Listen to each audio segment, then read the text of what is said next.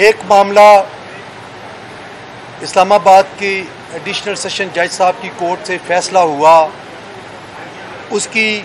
बामुताबिक कानून high court Islamabad में appeal file हुई, जिसके अंदर सस्पेंशन ऑफ सेंटेंस की एप्लीकेशन भी फ़ाइल हुई, जिस पे नोटिस कल के लिए था। और हमने देखा कि कंप्लेनेंट साइड हमेशा टाइम गेन करने के लिए रिक्वेस्ट करती है कि हमें डेट दे दे, हम तैयार नहीं हैं। और इलेक्शन कमीशन ऑफ पाकिस्तान के वकील साहब ने 2 हफ्ते का टाइम मांगा, रिक्वेस्ट की, लेकिन 2 ऑनरेबल जजेस उन्होंने उनकी इस्तदा आधी मानी कि उनको एडजर्नमेंट तो दे दी, लेकिन बाकी नहीं मानी। और जो मानी वो ये कि एडजर्नमेंट हो गई, लेकिन 1 दिन की डेट दी। आज उसकी तारीख फिक्स है, लेकिन कल ही जो वो फैसला था उससे दरमियानी ऑर्डर्स के ख़िलाफ़ उन जो चैलेंज किया गया था, उनकी हेयरिंग हुई। तो उसमें जो रिमार्क्स ऑनरेबल जजेस सुप्रीम कोर्ट ऑफ पाकिस्तान ने दिए, जो ऑब्जर्वेशंस दी, बतौर वकील हम ये समझते हैं, और आपके कई प्रोग्राम में भी ये बात हमने की, हम बात कर सकते हैं चूँकि हम इंडिपेंडेंट बॉडी है और हम इंडिपेंडेंट सोच रखते हैं। हमने ये बात की कि इसमें ऐसे फ्लॉज हैं कि जिस पे पीटीआई के चेयरमैन को फ़ायदा मिलेगा, और उसमें यह था कि जब उनको डिफेंस का मौका देने के बावजूद नहीं दिया गया, उनके गवाहान को तलब नहीं किया गया और उनको इर्रेलेवेंट करार दिया गया। मैं समझता हूं कि वो भी उस हद तक बड़ा गलत फैसला था। लेकिन जब अपील यहाँ पे पेंडिंग है, और कल अपील नहीं फिक्स थी, सिर्फ application for suspension of sentence थी, और आज भी वही फिक्स है, मेन अपील नहीं फिक्स। लेकिन कल के जो remarks honourable high supreme court of Pakistan के हमने देखे सुने, उस पे लगा कि पूरी अपील का फैसला हो गया, और ये पूरी क्रिमिनल जूरिस्प्रूडेंस जो है वो हमें चेंज होती नज़र आई। और ऐसे लगा कि जैसे हाई कोर्ट के मुअज़्ज़ज़ जज साहबान पे कोई एतमाद नहीं रहा, वो भी इक्वली ऑनरेबल और रिस्पेक्टेबल जजेस हैं, ऑनेस्ट जजेस हैं,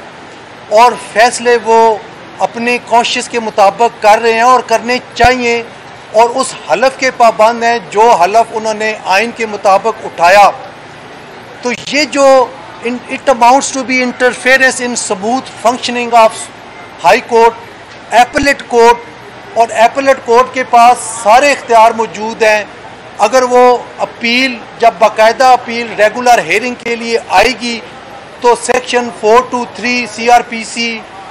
537 CRPC उनके पास मौजूद हैं। वो मामले को रिमांड भी कर सकते हैं, और जो ऐसी डेफिशिएंसीज रह गई थी वो क्योरेबल हैं, उनको फिर सुना जा सकता है। लेकिन तमाम इनको हरफे नज़र करते हुए, इनको इग्नोर करते हुए आज रख दिया गया। और अब बताएं, जो हमारी समझ के मुताबिक तो ये है कि हाई कोर्ट क्या फ़ैसला करेगी। अगर आज वो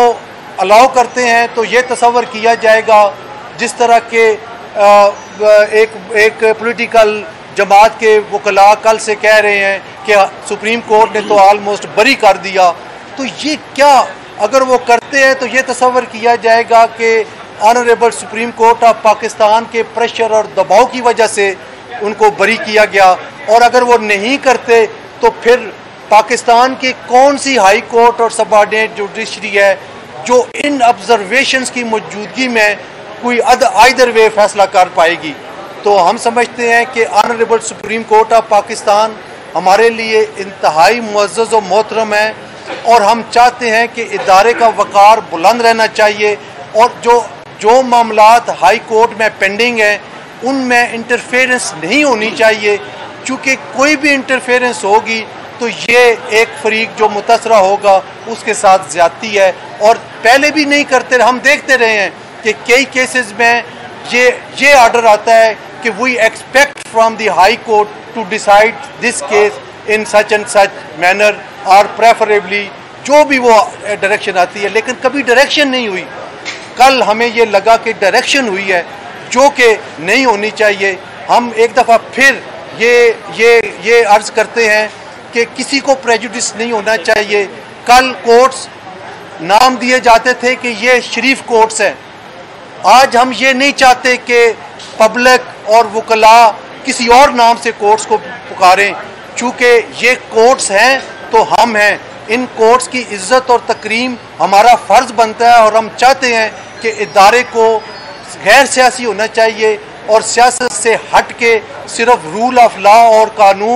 कानून के दिए गए पैरामीटर्स के तहत ही काम होना चाहिए।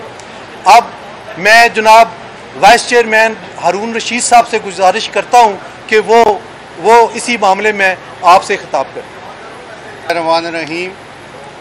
कल की जो ऑनरेबल सुप्रीम कोर्ट की तरफ से ऑब्जर्वेशन आई है कि जिसमें पीटीआई चेयरमैन को सज़ा हुई है और सज़ा वो काटने के लिए जेल में है, उस पर उन्होंने एक अपील फ़ाइल की अपनी सज़ा के ख़िलाफ़, जो कि हाई कोर्ट इस्लामाबाद में पेंडिंग है और उस अपील का फ़ैसला होना है।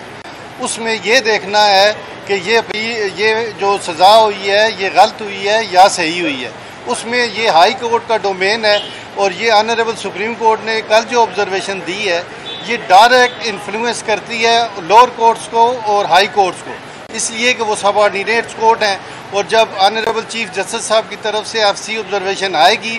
तो अगर अदरवाइज़ कोई वो अपनी मर्ज़ी से डिसीजन देते हैं तो इसका मतलब है कि वो ऑनरेबल सुप्रीम कोर्ट की ऑब्जर्वेशन को कंसिडर नहीं कर रहे। तो इस तरह की ऑब्जर्वेशन देना लीगली भी दुरुस्त नहीं है और एथिकली भी नहीं है, इसलिए कि ऑनरेबल सुप्रीम कोर्ट के सामने ना तो अपील पेंडिंग है ना ही बेल पेंडिंग है, और अपील का फैसला भी हाई कोर्ट ने करना है, बेल का फैसला भी हाई कोर्ट ने करना है। इसका मतलब है कि हाई कोर्ट को ये मैसेज जाना चाहिए कि जो फैसला जिस तरह सुप्रीम कोर्ट ने कहा कि जो सेशन कोर्ट ने सज़ा दी है वो सज़ा जो है वो गलत है। ये आज की अखबार न्यूज़ की हेडलाइन है कि जो सज़ा डिस्ट्रिक्ट जज ने सेशन जज ने दी है वो गलत है। इसका मतलब है कि सुप्रीम कोर्ट ने एज्यूम कर लिया है कि अपील वो खुद सुन रहे हैं, जबकि अपील जो है वो पेंडिंग है ऑनरेबल सुप्रीम कोर्ट के पास। और ये एक प्रोसीजर है, जब लोअर कोर्ट किसी को सज़ा देती है या बरी करती है तो उसका राइट है ग्रीव्ड पर्सन का कि वो हाई कोर्ट में जाए या प्रोसीजर के मुताबिक जिस कोर्ट में अपील या बेल होनी है वहाँ पे जाए। ऑनरेबल सुप्रीम कोर्ट के पास कोई मैटर पेंडिंग नहीं है और सुप्रीम कोर्ट के बेंचेस के ख़िलाफ़ हम पहले भी एतराज़ कर चुके हैं कि ये जो बेंचेस हैं ये एक पार्टी को फेवर कर रहे हैं और शुरू दिन से आज तक आ रहे हैं। ऑनरेबल चीफ जस्टिस साहब ने पहले भी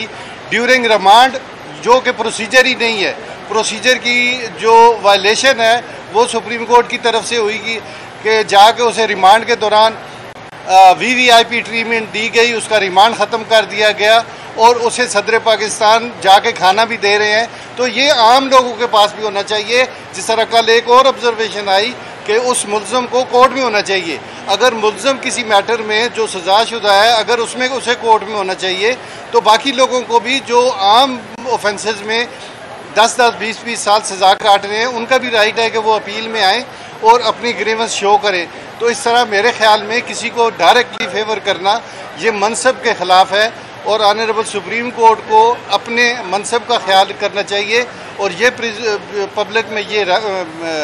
मैसेज जाना चाहिए कि ऑनरेबल सुप्रीम कोर्ट जो है वो हक और सच पर फैसले कर रही है और कोई ऐसी ऑब्जर्वेशन ना दें और गैर मुतलका कोई ऐसा हुक्म ना करें जिसको जनरली और लीगल फ्रेटर्निटी में महसूस किया जाए और ये डायरेक्टली महसूस किया जाए कि ये अगेंस्ट द लॉ है और अगेंस्ट द एथिक्स। दो आपसे सवालात हैं। एक तो जो कल हियरिंग हुई है वो कोई सुप्रीम कोर्ट ने अजपर नोटिस के तहत या किसी और ज्यूरिसडिक्शन में ये जाके हियरिंग नहीं की, एक दरख्वास्त आई, अदालत का काम है दरख्वास्त को सुनना और अदालत ने दरख्वास्त सुनी, हुक्म की बातें हुई, हियरिंग में हम कल मौजूद थे। आपसे सवाल सिर्फ ये है कि जो हाई कोर्ट में आज मैटर लगा है वो भी जो ट्रायल कोर्ट के फैसले के खिलाफ अपील जाके वहाँ लगी है, क्या आप समझते हैं कि जो ट्रायल कोर्ट का फैसला था जिस तरह से दिया गया था, पाकिस्तान बार काउंसिल क्या कहती है कि वो ठीक था या नहीं, क्या उजरत में दिया गया था या नहीं? मैं दो बातें हैं। फैसले होने के फ़ौरन बाद हमने जो अपना रद्द अमल शो किया वो ये था कि जज साहब ने इंतहाई उजलत में ये डिसाइड किया कि जुरिस्डिक्शन है या नहीं है। नंबर 2, डिफेंस का हक है मुल्ज़म का, वो जो भी है। जब आपने 342 की स्टेटमेंट में स्पेसिफिक क्वेश्चन पुट किया कि क्या आप अपना डिफेंस पेश करना चाहते हो और उनका जवाब आ गया कि यस मैं करना चाहता हूं, तो फिर ट्रायल कोर्ट को वो रिकॉर्ड करना चाहिए थी और ये भी कहा था कि इसका बेनिफिट अपील में मिलेगा इनको। ये दूसरी बात जो अभी कर रहे हैं, ये जो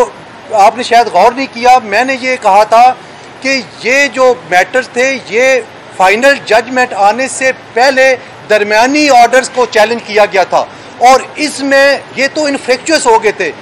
इसके बावजूद अगर आपने लिखने हैं तो सिर्फ एक लाइन का ऑर्डर होना चाहिए कि चूंकि मैटर नीचे पेंडिंग है इसको हम एडजर्न करते हैं, आप कल के लिए आ जाएं या परसों के लिए आ जाएं। लेकिन जब आप ऑब्जर्वेशन दे रहे हैं कि ये केस है ही कोई नहीं, डिफेंस लिए ही नहीं गया, किस तरह सजा हुई है और इस तरह के रिमार्क, तो ये वो होगा कि it amounts to be interference in smooth functioning of high court appellate court. तो अब एपेलेट कोर्ट के पास सारे इख्तियारात कानून के मुताबिक मौजूद हैं और वो उसको बरी भी कर सकते हैं, वो रिवर्स भी रिमांड भी कर सकते हैं और अगर ऐसे एरर जो क्योरेबल हैं सेक्शन 537 CRPC क्लियर है उसके तहत वो रेक्टिफाई करने के लिए भी भेज सकते हैं। तो इसमें कोई ऐसी बात नहीं है। लेकिन ये सिर्फ बेल थी, बेल पे फैसले पे ऑलमोस्ट जो ऑब्जर्वेशन थी वो ये थी कि बरी कर दिया गया।